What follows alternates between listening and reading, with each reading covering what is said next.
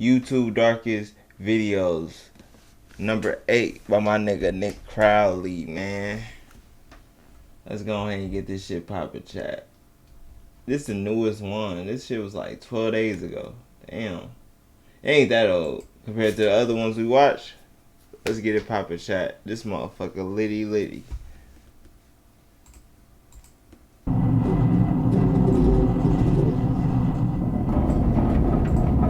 It was 2:46 p.m. when the ground began to shake. Oh my damn. Damn. For residents of That motherfucker like it closed in like a door. Onagawa, Japan, earthquakes were nothing new, but this one was different.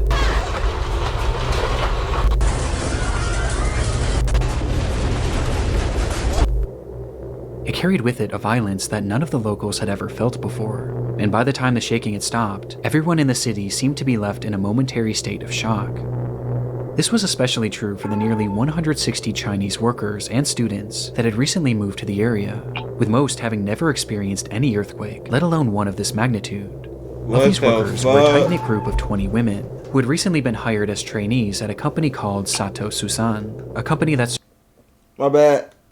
sold fresh seafood. And having been at work at the time of the quake, they frantically ran out of the building and stood in the street desperately trying to figure out what to do next, unaware of the fact that the real horrors were still yet to come. In Japan, it's not just the earthquakes you have to worry about, but the tsunamis that often follow, and usually the bigger the earthquake, the bigger the wave. And given that Onagawa was right on the sea and Sato Susan was directly on the shoreline, these women were now standing directly in the path of an impending disaster. Damn. Thankfully, their boss, Mitsudo Sato, was well aware of what was to come, and quickly he yelled to the women to seek higher ground. But given their unfamiliarity with the area, Sato knew that he would have to be the one to lead them there. The group readily listened, and they quickly followed Sato as he led them up a set of stairs on a nearby hill, where they eventually reached a shrine that overlooked Onagawa and the sea. It was the highest point in the area, and should keep them safe from what would likely be a massive influx of water. And sure enough, as they neared the top, Sato's fears were already coming true. As the sea had drastically retreated, it was now beginning to push forward, and things were only going to get worse from here.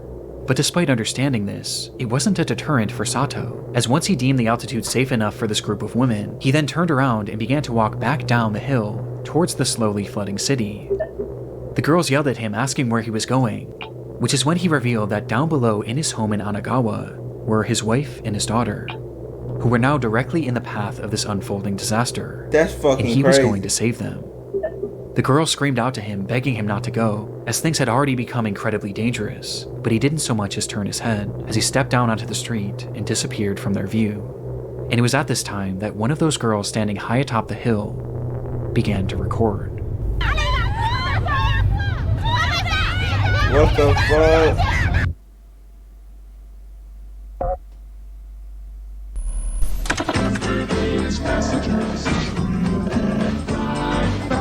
All my life, family has been super important to me. I love my family, but I also realize I don't know much about them, at least outside of my immediate family members, and specifically my grandfather, who I never got the chance to meet. And when thinking about this the other day, I went down a rabbit hole of trying to...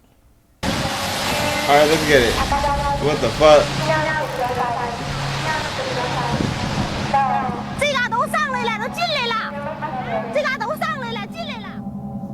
The footage shows that the shoreline was no more, as the water had inundated the entire area as it slowly crept its way deeper and deeper into the city streets.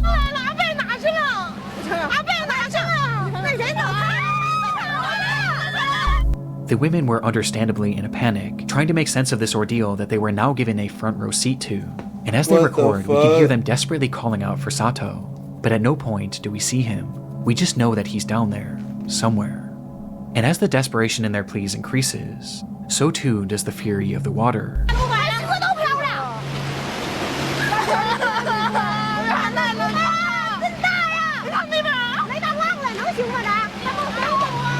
Damn.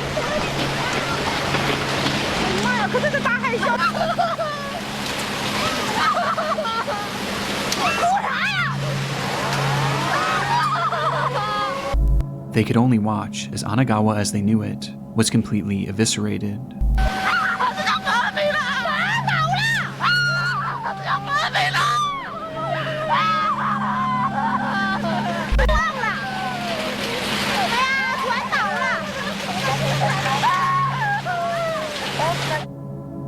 And by this point, they realized that there was now essentially no hope for Sato.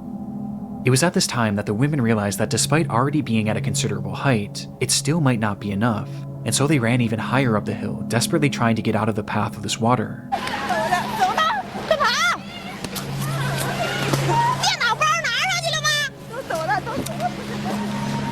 They are moving, and as they did so, they're not playing. They noticed something down below. Saito?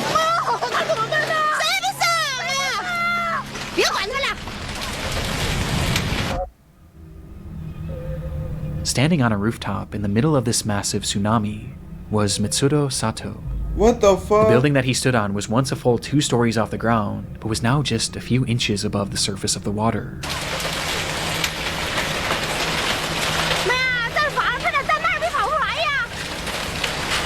The women again call out to him, this time even more frantically, but at this point, it was no use. And when the camera is taken off Sato for just a split second, we can hear just from the women's reaction the exact moment that he swept away.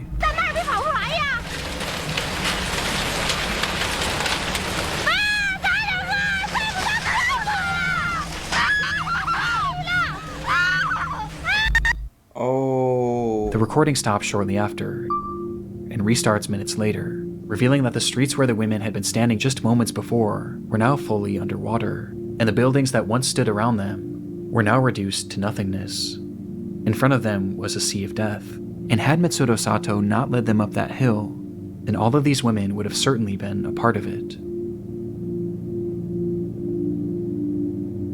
The date was March 11th, 2011, a day where Japan had been hit by its most devastating earthquake ever, with it ringing in at a magnitude 9.0, which in turn caused the nation's worst ever tsunami, as that day, 19,759 people would lose their lives, with Mitsuro Sato being one of them.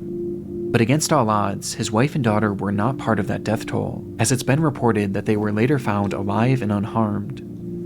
The devastation that occurred that day is incomprehensible, and all the footage of this disaster could warrant a place in this video, especially the footage of Anagawa, as you can see what it looked like before, during, and after.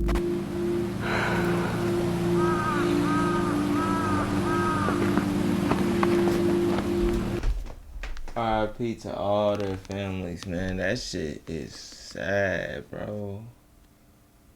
Probably was just a regular day for a lot of people and turned out to be the most historical, tragic day of all.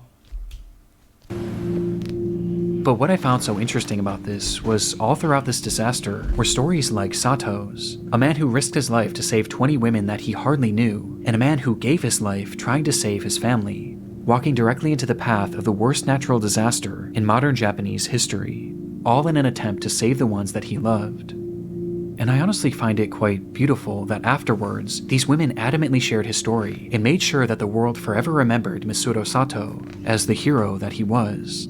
And of those 160 Chinese migrants who worked in the area, it was later reported that not a single one of them perished, which speaks volumes about the people of Anagawa, who so readily put others' lives before their own. Facts. I couldn't say about our side. I don't know about our side, Chad. We more, fend for yourselves. I'm just saying. Fire marshal is investigating. Let me stop capping. It's a lot of heroes in America. It's a lot of heroes out here. They just not known. A blaze in Georgetown. 2 people found dead inside the home, and so far it's not known how the fire started. It was just past 5:30 a.m. on the 17th of February 2021 when residents of a small neighborhood in Georgetown, Ontario were woken by the sound of sirens blaring. One man frantically grabbed his cell phone and rushed outside to record the unfolding scene, where he was met with a horrific sight. His neighbor's home was fully engulfed in flames. Damn. It must have happened quickly, as by the time rescue workers even arrived on the scene, there was already little hope of saving the house, or any of its occupants. It would take hours before that blaze was finally quelled, revealing the charred devastation inside, as firefighters would find the remains of 56-year-old Christina Rerak and 59-year-old Andrew Rerak within the home's garage. The cause of this fire was initially unknown, but quickly the situation was deemed suspicious when experts determined that the fire had started as a result of some sort of explosion that had happened within the garage where the couple's bodies were found. This was later confirmed by security footage obtained from a neighbor who lived across the street, capturing the moments when it suddenly ignited around 5:27 a.m. Somebody killed them? There was clearly something off with this case, and things only became more sinister following the autopsies of Andrew and Christina, which revealed that they hadn't actually died in that fire, and instead, both of them had been stabbed to death, with Andrew also being badly beaten. This fire wasn't started to kill them, it was started to cover up their murder. And it did a good job of it too, as the scene was now left completely destroyed, with very little evidence being left behind. But there was something else investigators thought to check. That's security footage. The camera had been facing the garage where all of this carnage seemed to have happened, and so they thought maybe if they looked back far enough, it could at the very least show what had led up to this brutal attack. And so they rewound that footage, going back hours and hours, during all of which the garage had remained perfectly still, until they got all the way back to 6:42 of the day prior, February 16th.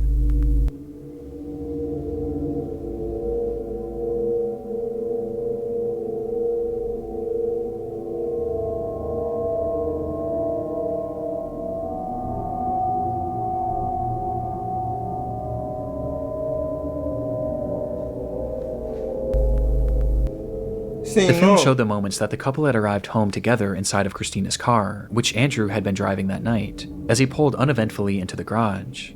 This was the last time this couple was seen alive on camera, which on its own is disturbing enough. But as it turns out, there was something far more unsettling about this footage, as it revealed the fact that Christina and Andrew weren't alone.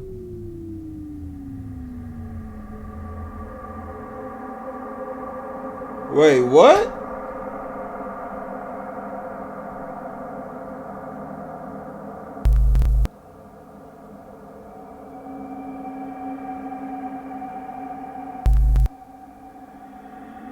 Oh, that's fucking crazy, chat. Ain't no way. The footage showed a tall figure, its features completely shrouded in darkness, almost as if it were a shadow, with this figure lying in wait out of sight on the side of the house, until right after Andrew pulls the car into the garage, when this person slips in behind them. It's impossible to say for sure if the couple noticed this person or not, but it appears that they likely didn't, as they both start to exit the vehicle, to which the figure then ducks down in an attempt to avoid detection.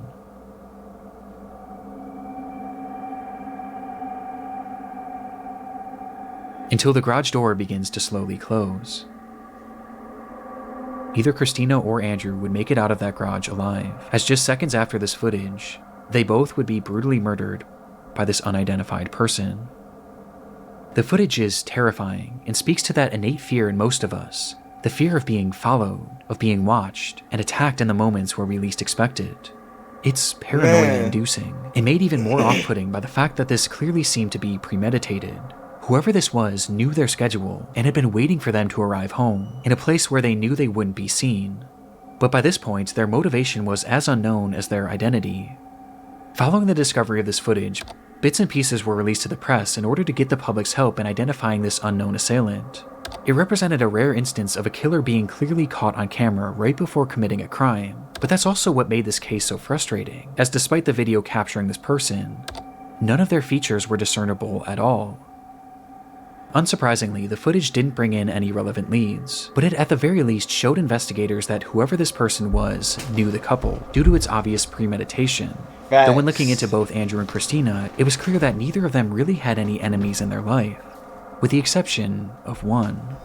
Who? Harrison Brown was a 27-year-old employee at a company called Rogue Transportations, of which Christina happened to be the vice president of operations, and during his time there, Harrison was known to be abrasive and combative, with Christina often having to be the one to reprimand him, leading to Harrison resenting her. It isn't clear how police were tipped off about this strained working relationship, but they had somehow grown suspicious enough of Harrison to pay his home a visit, and what they found inside showed that this resentment he had towards Christina had actually morphed into a twisted obsession. Inside, police found satellite images of the Rerak's home, along with the software on the man's computer and cell phone that showed that on the 12th of February, he had secretly attached a tracking device to Christina's car. What? And he had been tracking her movements for days, which is precisely how he knew when she would be arriving home. And as if this revelation wasn't damning enough, they would also find a broken knife in his garage that contained trace amounts of Christina's blood. It was obvious what Harrison had done, and when confronted with this evidence, there was nothing more he could say other than the truth. So he admitted he had grown a hatred for Christina because of the way that she had treated him at work, and he decided that he needed to get his revenge. That's when he purchased this tracking device and began obsessing over her movements, studying them before finding the perfect time and place to strike. And on February 16th, he waited outside the Rearx home and snuck into their garage before attacking and killing them both. After the assault, Harrison would leave the home, where he began to grow paranoid about being caught, and so he returned to the house the very next morning to start that fire, with the hopes being that the blaze would cover up his tracks. Though thankfully, this didn't work, and after pleading guilty to 2 counts of first-degree murder and 1 count of arson, Harrison Brown would be sentenced to life in prison. Damn. All 20, OSU, roll over TC. I've got an unresponsive female. I got a male in the car refusing to get out. What the fuck?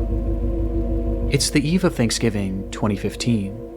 Police officer Patrick Feaster sits in his cruiser parked alongside the road in the town of Paradise, California, waiting for his first action of this uncharacteristically quiet night. His car was facing the direction of a well-known local cantina, which patrons were known to drive away from under the influence. And sure enough, as the clock approached midnight, the calmness around Feaster would be shattered by the sight of a car speeding out of the restaurant's parking lot.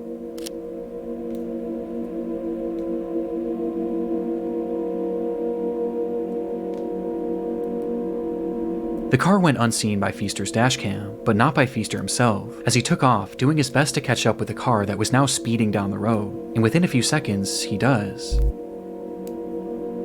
As the car slowly comes into frame for the first time, inside that vehicle was 26-year-old Andrew Thomas and his ex-wife, 23-year-old Darian Aaron. Andrew had been drinking heavily that night and was well over the legal limit, with his driving showing as much as he failed to pull over once Feaster approached him, resulting in a police chase that would only end up lasting just a few seconds. What? All 20, OSU, roll over TC. Pearson, just east of Black Olive. Copy, roll over TC, east of Black Code Olive. 3. As Andrew would drive his car directly into a median, causing the SUV to flip over violently before coming to a halt on its side. That's fucking insane, chat. In that instant, Darian was ejected from the vehicle, being thrown straight through the windshield and landing onto the asphalt, where, despite still being alive, her injuries were likely unsurvivable. But Andrew, on the other hand, was still inside the vehicle, and he seemed to have been left relatively unharmed. As perhaps being boosted by adrenaline, he quickly tried to crawl his way out of the car in a desperate attempt to check on Darian, with Officer Feaster's dashcam capturing the entire ordeal. Though just as Andrew attempted to do so, we see Feaster step into the frame, where he suddenly draws his gun, and without saying a single word, fires 2 shots at Andrew, with one of the bullets appearing to strike him, causing his body to go limp as he falls back into the car. It happened in a literal instant, so fast that it's clear Feaster had most likely accidentally discharged his weapon, as there was no attempt at communication before the shot was fired, with Andrew clearly posing no risk to him, as both of his hands were being used to hoist himself up. From the footage, this all seems to be a horrible accident, and one that Feaster seemed to recognize right away, as he rushed up to the car, pointing his flashlight at the man that he had just shot, staring at him for over 10 seconds, trying to make sense of what he had just done, before he finally snaps out of it and uses his radio to call for backup. Though this is when this already dark video starts to become much more disturbing. I've got an unresponsive female. I got a male in the car refusing to get out. When Feaster makes this call, he never mentions the shooting, and instead he states that the driver was refusing to get out of the vehicle. This is then followed by Feaster walking away from the man and pointing his flashlight to the ground, almost as if he was looking for something. Copy, give your cross on Black Olive. Pearson. Copy, Black Olive and Pearson. With some theorizing that he was looking for his shell casings. Though right then, another officer arrives on the scene and begins to survey the wreckage. Just her? No, there's a male in the car refusing to get out. Where, again, Feaster says that Andrew was refusing to get out of the car, making no mention of the fact that he had just shot him. It's clear at this point what Feaster was trying to do. He was trying to cover up his accident, but this suddenly became more difficult when Andrew started to speak. Okay, they got one. He's refusing to get out. Get out of the car, sir. You're not shot, sir. Get out of the car. Andrew Thomas was still alive and had muttered to Feaster that he had been shot, but even to his face, Feaster denies it. Shortly after, Andrew then tries to tell the other cop what had happened. Sir, you need to come out of the car. This car is still on, and I don't want you to get hurt. What do you think about that? Yeah, I was right there. I saw it. Did you get shot at the cantina? Who shot you? The cop did not shoot you. But understandably, this other cop wasn't believing What him, the fuck? as surely Feaster would have said something at this point. And so, the minutes start to pass. And after 5 full minutes, Feaster continues processing the scene like nothing had happened, with the other officer being left to theorize that Andrew must have been seriously injured and was likely in a state of shock, which is why he was making all of these strange claims about being shot. He may be hurt in there. Yeah, I know he is. He's in shock at the very least. From here, the footage cuts, and we're only left with the audio from that same officer's body cam, as he attempts to get more information from Andrew. Sir, I need you to talk to me so I know you're okay. Sir, take a look at me. Did you bump your head? But by this point, he had gone completely silent. Shaking my head. I don't know if he's serious or not. 10 minutes later, the footage then cuts back on, this time to another officer's body cam, which shows that an ambulance had now finally arrived on the scene, with medics first directing their attention to Darian, who was in the worst shape, as she would tragically be pronounced dead shortly after. But despite all of these first responders on the scene, none of them had any idea that the man inside that vehicle had just been shot, and shot by one of their colleagues. And in these moments, Andrew was slowly losing his life as each minute passed. It would take 11 full minutes before Feaster finally confessed. Sir, you hold this scene, Manny, with me.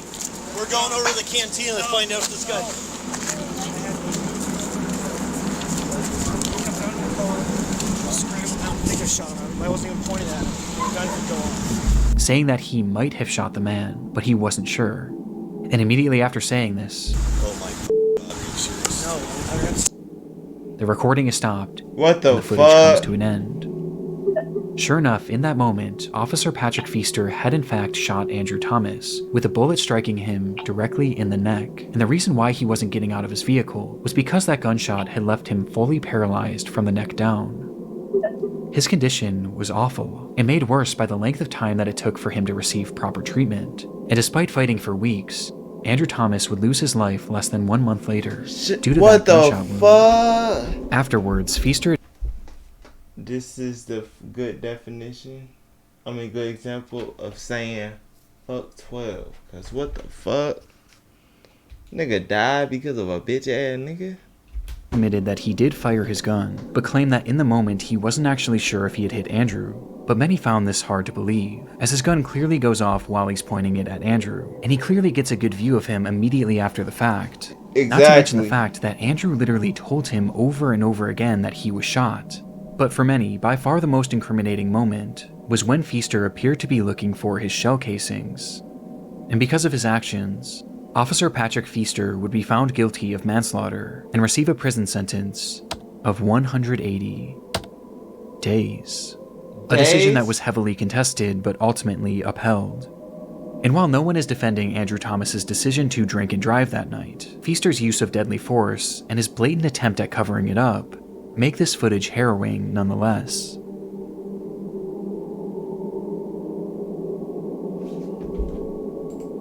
There are many who believe that Officer Feaster intentionally shot Andrew that day.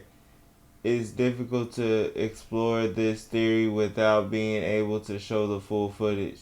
So I recommend looking up the case for yourself and drawing your own conclusion. Facts. Alright. I can't really do it on stream though because it's too brutal. I do this for real, bro. I don't got no problem with giving back, man. I'm the only one out here with a show that's actually giving back, you feel me? And I got proof to show it. It's May 2013. 23-year-old Quamaine Wilson arrives at his local bank in Chicago, Illinois, to deposit $20,000 cash, which he planned on giving out to groups of his most adoring fans. Man, about to go get this $1,000 out for the fans, man. Really, I'm gonna take out 20,000, man. Just to show people you feel. Do I remember this? On a whole different level with this. To this point, Quamaine had carved out a respectable following on his YouTube channel, where he acted in a series called The Nick Story. I'm gonna worry out your mouth, and that's your ass, that's your life. I'm gonna take it myself and put it in my graveyard with the rest of them. Along with posting music he made under the name Young QC. Out her song, but not until she's. What the fuck? Based on his viewership alone, his success was apparent, and he wasn't shy about showing off the wealth that he claimed to have accrued as a result of it, posting photos and videos of himself flaunting large amounts of cash across his social media pages. But this video was by far his most boastful yet, as he would take that $20,000 and throw it into the air for all of his fans to fight over.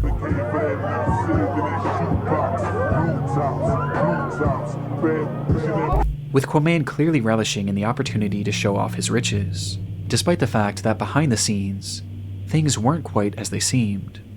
What? The truth was, Quamaine had actually earned very little from his channel despite its viewership, with this being on account of his videos containing copywritten music, and the fact that he only had a dozen or so uploads. In fact, his social media flexing had started well before he even made his first video, as in reality, all of this money was coming straight from his mother, Yolanda Holmes. Having started a successful business in Chicago, Yolanda made a great living for herself and Quamaine. And being her only son, Quamaine was given just about anything he could have asked for. She would buy him designer clothes, jewelry, Shaking and my even the head. Mustang seen in this video. Shaking my head, chat. Niggas try to live a false life. What the fuck they? What's the purpose of that, bro? Because at the end of the day, bro, if you ain't got it and you doing shit like that, bro, you could turn that little bit of $20,000 into something big. Because not everybody just carrying around $20K.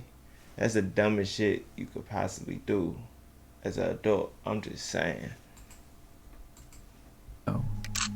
But for Quamaine, it never seemed to be enough. He wanted to achieve a life of fame and riches, and he used his mother's finances to sell the illusion that he already had, asking her again and again to purchase him things that could help him sell this dream, until one day, it all came crashing down, when Yolanda would tragically lose her life. What? Just like that, Quamaine's entire support system had fallen out beneath his feet, leaving him without his mother and without the provider who was funding his entire life. But strangely, this didn't seem to stop his lavish online presence. In fact, his spending only seemed to increase after this, as this footage of him giving away money to fans actually took place after the death of his mother, which became extremely off-putting for law enforcement, as Yolanda hadn't simply passed away, and instead, she had been brutally murdered. What? Quamaine had learned something shortly before Yolanda's passing, that not only were his mother's savings entirely willed to him, but she had also taken out 2 life insurance policies, in which he was the sole beneficiary. And despite Yolanda giving him anything that he could have asked for, it seemed that by this point, Quamaine had simply grown tired of having to ask. And so, on September 2nd, 2012, he would offer his friend Eugene Spencer $3,500 to kill his own mother. Eugene accepted the offer, and that night he would travel to the apartment of Yolanda Holmes late at night, where he entered her room and shot her multiple times as she slept. At the time, her boyfriend had been sleeping next to her, and despite jumping up and doing his best to fight off the attacker, Eugene would eventually beat him unconscious before fleeing the scene. Eugene would call Quamaine immediately after the attack to tell him that the job was done, but rather than feeling any sort of guilt, Quamaine instead had no emotion, and he simply stated, "Make sure the bitch is dead." What? And so Eugene went back up to that unit, this time brandishing a knife, and repeatedly stabbed Yolanda until he was absolutely certain she was gone. And with that, Quamaine Holmes was a rich man, and it only cost him the life of his own mother. For a moment, the crime had worked perfectly. The police were left with no concrete leads as to who might have killed Yolanda, and the public largely believed that it was her boyfriend, whom Eugene had knocked unconscious. But no one even thought to look at Kwame. And recognizing that he was in the clear, his behavior grew brazen almost immediately. Kwame Wilson lost his mother to gun violence on November 14th. My mother, she was a neighborhood woman. A guy entered her home. That's crazy. And murdered her, just to steal. As he went on TV to talk about his mother's murder, where he peddled the theory to the public that this was some sort of botched robbery, all the while he showed no emotion.